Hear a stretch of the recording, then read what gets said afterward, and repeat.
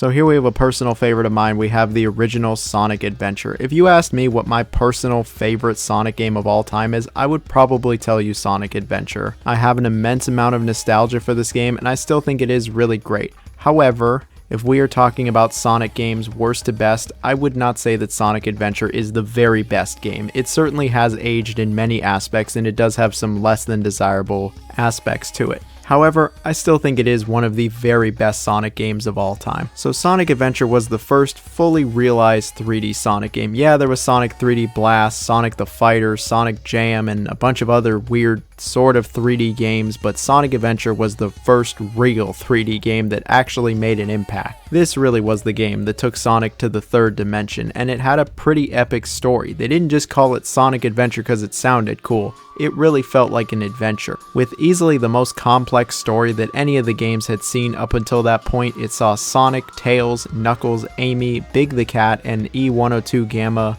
all going on their own personal adventures, and of course all of them converge and meet at the end for one big epic conclusion. I'll always love the story of Sonic Adventure. I think this shit's awesome. I like that it's a bit more complex than just Sonic fight Eggman. I love that all the other characters are here and that they're all in this big intertwined storyline that really does come together in the end, and I think the backstory and lore that this game introduced was not only incredibly fascinating for the time, but even nowadays. Like, I still want to know more about Chaos, the Chow, Tikal, and I've always just wanted more. More.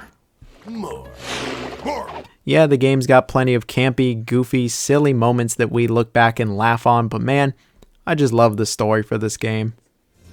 Watch out! You're gonna crash! Ah! Well, I thought it was epic at least. When it comes to the gameplay, it certainly is interesting. This game introduces hub worlds, so it's not just level to level. You actually explore around these little hub areas and then go level to level. But in between the levels, yeah, you can explore the hub areas. I know not everybody likes these, but I enjoy the hub areas. They're very bite-sized, it's easy to get around them, and I never found myself lost or really annoyed with them.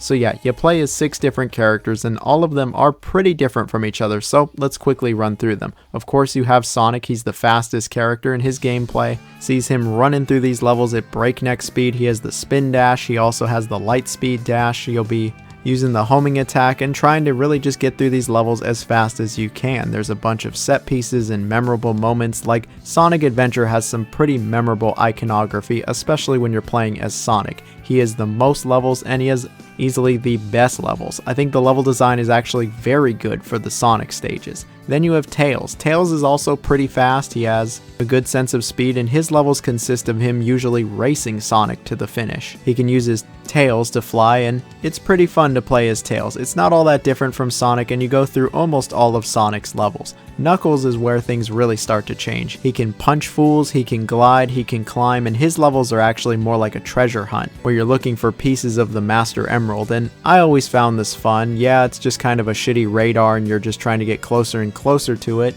but I found it fun to explore around and look for all of the emerald pieces, and I really like Knuckles' moveset. Then we have Amy Rose. She's one of the slower characters and has her big ass hammer to help her. Her levels really consist of her being chased by this giant robot and you just trying to get away. Her levels aren't horrible, but they aren't exactly the most exciting. They're not Sonic's levels, I'll tell you that. Then we have Big the Cat, one of my favorite characters in the entire Sonic the Hedgehog franchise. His gameplay has never been seen before or again. It's actually fishing. Yeah, it's basically Sega bass fishing, where you gotta throw your rod into the water and you get to catch fish. You're looking for his pet frog, and your goal really is to just catch the frog. Of course you can go get the other fish, but if you go and get the frog, you can finish these levels pretty quick. Look, fishing games aren't exactly my forte, and when I was younger, I used to hate these levels, but nowadays, yeah, they're okay. They could have been a lot worse, I'll tell you that. They at least break up the action.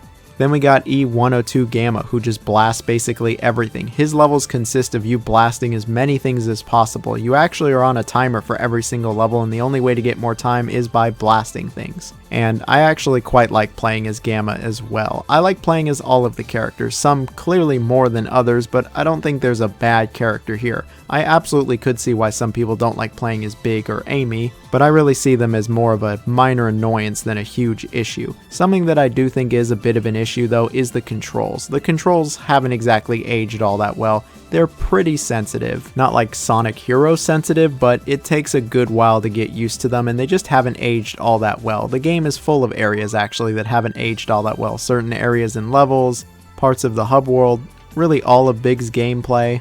But it's nothing to the point where I think the game is ruined or unplayable or anything like that. Something that I've always really appreciated about Sonic Adventure is just how much variety there is with this game, whether it's the boss fights, all the little fun mini games, or just how different all of the characters are from each other. The variety's always been really great. That and the Chow Garden is pretty awesome in the original Sonic Adventure. I think the pacing and level design of this game is also really good also. It's not just good for Sonic, I think it's good for really almost all of the characters, and all these years later, it's one of the better aspects to the game. But you know what else is a better aspect to this game? The presentation and the soundtrack. This game looked great back when it came out, and yeah, nowadays we probably laugh at how goofy this shit looks and how primitive some of the 3D might be, but I still think it is a good looking game. The DX version always looked a little shiny and weird, but I still think it does look good. The soundtrack though, oh my god, the soundtrack of Sonic Adventure. This shit is legendary. This is like an all-timer for me. It's fucking amazing. This might be peak Sonic soundtrack. Like, I just love the music in Sonic Adventure so much. There's a reason it's in so many of my videos. Could be here all day talking about the music of Sonic Adventure, but look how long this video is already. We don't need to make it even longer. I will just wrap things up and say that Sonic Adventure is not only one of my favorite video games of all time, but I believe that it is still one of the best Sonic games. I think for the most part, it's pretty playable nowadays, and I think there absolutely is merit in going back and trying it. If you like 3D platformers, if you like Sonic, and you maybe haven't tried this one, or you've ever been curious about Sonic, I think this is a great game to play. If they were ever going to remake a Sonic game, this is the one I really hope that they remake. But we'll see. Either way, this game is a certified classic.